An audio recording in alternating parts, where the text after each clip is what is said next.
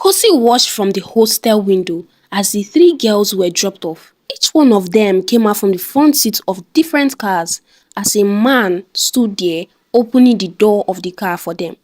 Then, they each were hugged by the men with some kiss planted on their forehead. They were soon outside the fence of the dormitory. They climbed the fence, jumped inside, and headed straight into their hostel. The next day was Saturday.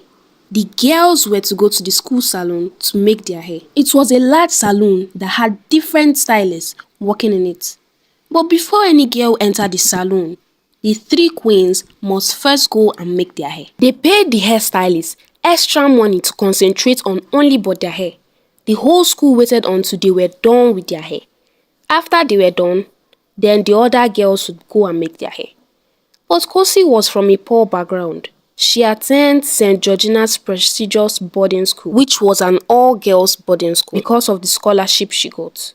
She and Nkechi were the only two girls who won Madam Margaret's prestigious scholarship. That was what gave them the chance to be at St. Georgina's.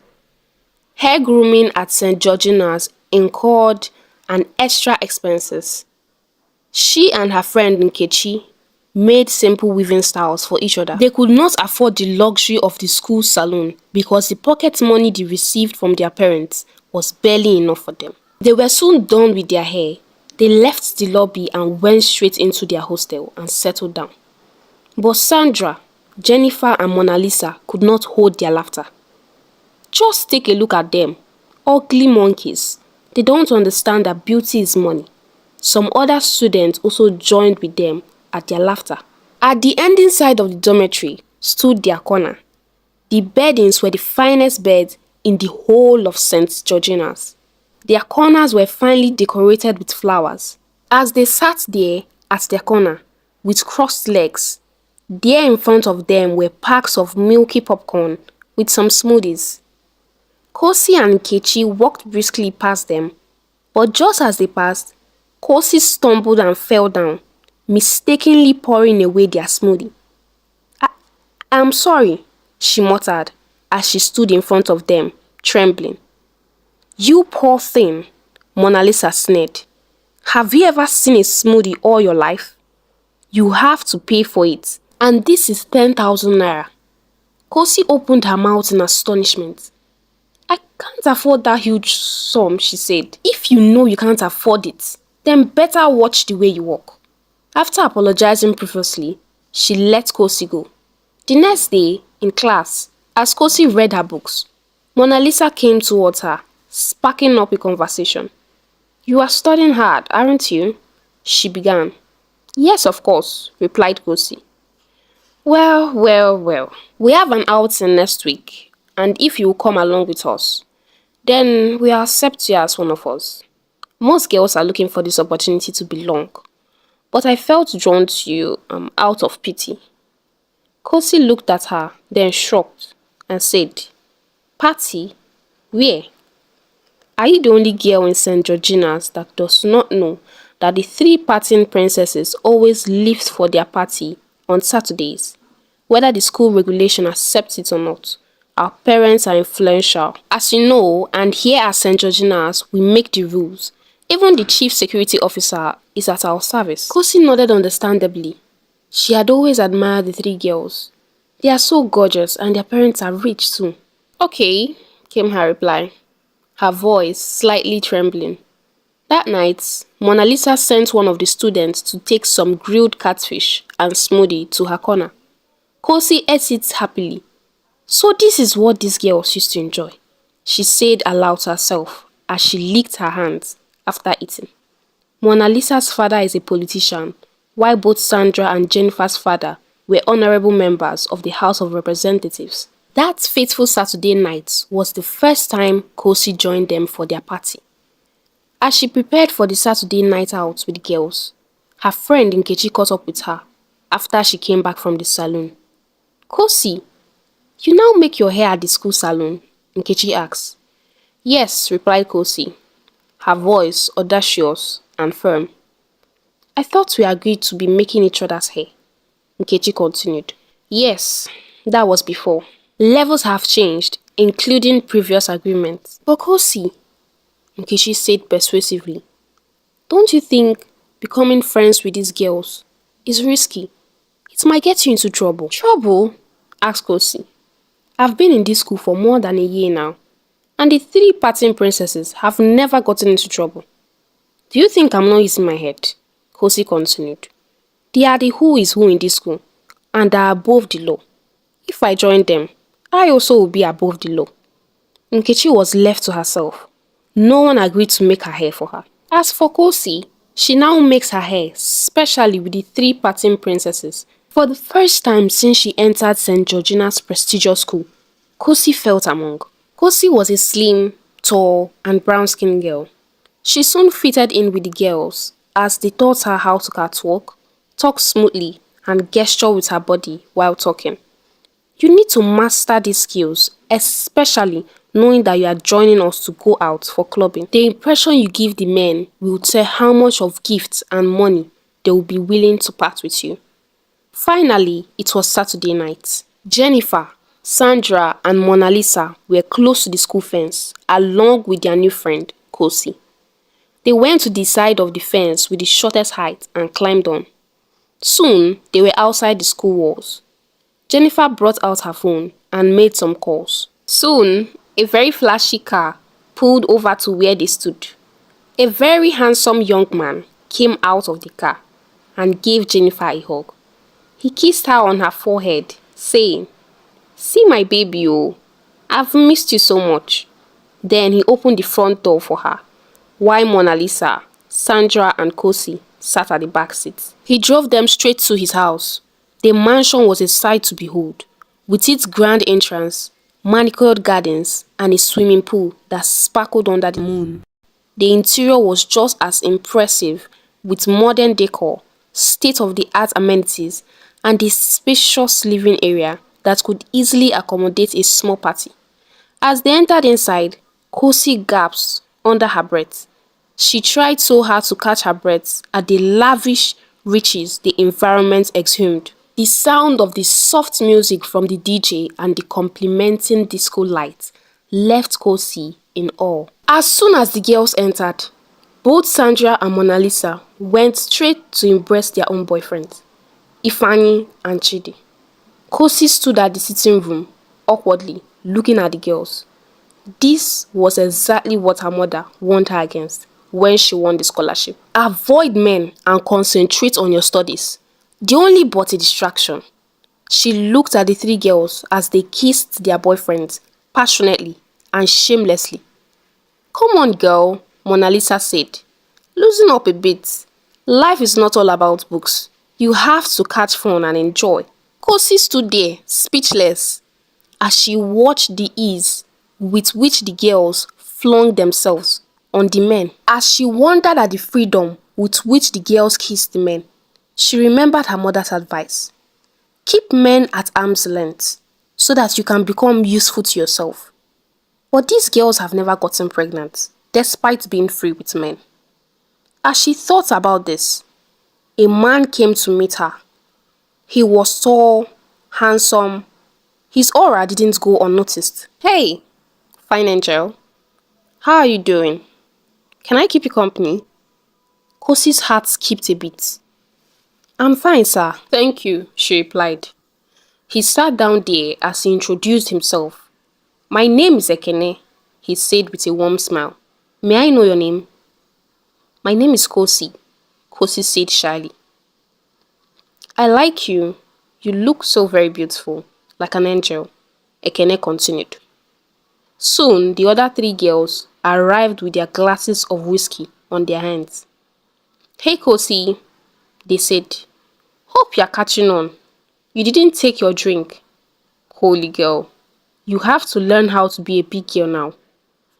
Before the girls left, they had a lot of gifts from their boyfriends, clothes, money, and some gadgets. Soon, the girls were outside the school fence. They jumped over and entered their hostel. Kosi too was given a new iPhone by Ekene. Take this phone, my angel, and also this money. Do not hesitate to call me whenever you need me. Kosi was so happy. She had never used an Android phone before, and here she was with an iPhone. She indeed has become one of the happening girls of St. Georgina's. Back at school, Kosi continued to call Mr. Ekene every day. When other girls are out of the hostel, the three partying princesses will put on their gadgets and begin to call their boyfriends. Kosi too will call Mr. Ekene. Mr. Ekene, on the other hand, will call her, praising her and calling her many sweet names. Kosi was indeed happy to have belonged. She now walks amongst the happening girls of the campus and have left Nkechi behind. By their next outing, they were in the same venue with their different boyfriends. Each of the girls entered the different rooms with their boyfriends, leaving Kosi and Mr. Kene. As Mr. Kene came forward to touch Kosi, but she protested, saying, "I can't do this. My mother had warned me against it." "Then why are you here?" said Mr. Kene. "Give me the iPhone I gave you," he said angrily as he shoved her aside. When her friends returned, Mr. Kene talked with them, saying, "Bring me a girl that knows what's up. I don't need these local girls who will come here to waste my time." When the girls arrived their hostel that day, they talked to Kosi, saying, "Look at how you have missed your opportunity to become a big girl. Why are you so childish? Your mother said, your mother said. Does it look like we don't have mothers? Is your mother here with you in school?" But what if I get pregnant?" Kosi asked. "There is nothing like that. And besides, we have drugs that can easily flush away that pregnancy." Finally, Kosi made up her mind. She wanted to be a big girl. After all, Mr. Kene had promised even to marry her after her high school. Kosi threw herself at Mr. Kene with reckless abandon. Every Saturday, she will go to their usual meeting place and they will eat and drink with their boyfriends. They will also sleep together with their boyfriends before going back to the hostel. Soon, it became a norm for Kosi to abort her pregnancies each time she became pregnant. As months progressed, Kosi became totally distracted from her studies. She moved from her position at the top of the class to having poor grades and results. She always feels weak in her body. She always feels like fainting most of the times. On one of the weekends, they had sneaked out as usual. They danced, ate, and drank as usual. After Kosi came back, she found out that her period was not forthcoming for some weeks now. She tested herself with the pregnancy kit they had in the hostel. She was positive for the pregnancy test. She went straight to take the abortion pills she had always taken, expecting the pregnancy to flush out as usual. But to her greatest amazement, the pregnancy was still there. She took even some more of the pills, and yet nothing happened. Kosi was in a dilemma. She did not know what to do. She quickly told her friends, Sandra, Jennifer, and Mona Lisa. They too could not help her. "But why are your things always different? We always take care of our things since we started working our lives in the streets. You just joined 6 months ago, and you want to put us into trouble." After they said this to her, they stopped coming around her, avoiding her like a plague. Her stomach was now beginning to bulge as her pregnancy has passed 3 months now. One Saturday night, Kosi was at Mr. Ekene's place. She went out all by herself. Since a month ago, Mr. Ekene learnt that Kosi was pregnant. He had refused to pick her calls. She went to visit him in the place she had always known to be his house. She knocked at the gate, fully prepared to face him. To her greatest amazement, a very beautiful, elegantly dressed woman opened the gate. "I'm looking for Mr. Ekene," Kosi said, her heart racing up and down. "Oh, he drove my husband out," replied Madame Loretta. "Can I wait for him?" asked Kosi. "And who are you?" asked Madame Loretta. "I'm his girlfriend." Madame Loretta let out a laughter and then clasped her hands together and asked her, saying, "His girlfriend, or one of his girlfriends?" Kosi was baffled. Her heart began to race even more. "I can't go back, ma'am. I'm pregnant for him." What? For a married man whose wife and children are in the village. But Mr. Kene had always claimed that this is his house, Kosi said, and both her hands and legs continued to tremble. "Young lady, Listen very well, Madam Loretta said. Ekene is our driver. We just traveled on a vacation for 6 months. That is why he began fooling around with women, claiming that this place is his house. Apart from his wife and children who are in the village, you are the third lady who has come here to claim that you are pregnant for him. Kosi was dumbfounded. She sat on the floor and put her hands on her head as she sobbed, cried and wailed. Stop, my dear. Do you have a mother? Madam Loretta asked. Yes, Kosi replied.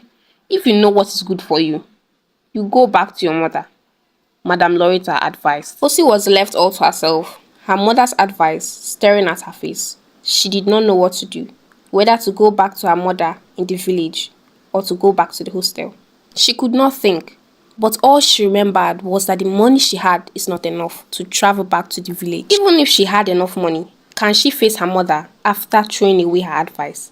She soon decided to go back to the hostel and find a solution. She arrived at the hostel, climbing through the school fence as usual. As she laid down on her bed, Kosi thought about many things. If the school authority finds out that she's pregnant, they will expel her in a disgraceful manner. But facing her mother is something she cannot do. That night, she slipped to Mona Lisa's corner, kneeling down to beg her. She begged her to take her to an abortionist. Mona Lisa refused at first, but because of the way she cried and begged her, Mona Lisa agreed to help. The next Saturday night, both of them climbed the school fence as usual. Outside the school premises, they went to a quack doctor who performed abortion using sharp instruments to pull fetus out of the womb. This your pregnancy is now 4 months, the quack doctor said. This process is very risky and is even more riskier at this stage, he continued. The two girls pleaded with the doctor, and after much persuasion, the quack doctor decided to perform the abortion.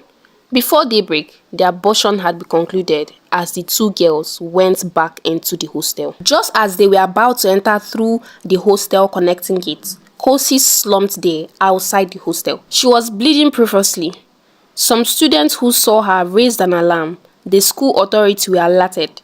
They quickly came over and rushed Kosi to the hospital. There at the hospital, Kosi's parents were alerted. The doctors tried all their best to save Kosi's life, carrying out multiple surgery on her bleeding womb, but it was too late. Kosi died on the operating table, having lost a lot of blood. This story teaches young girls to calm down and focus on their studies.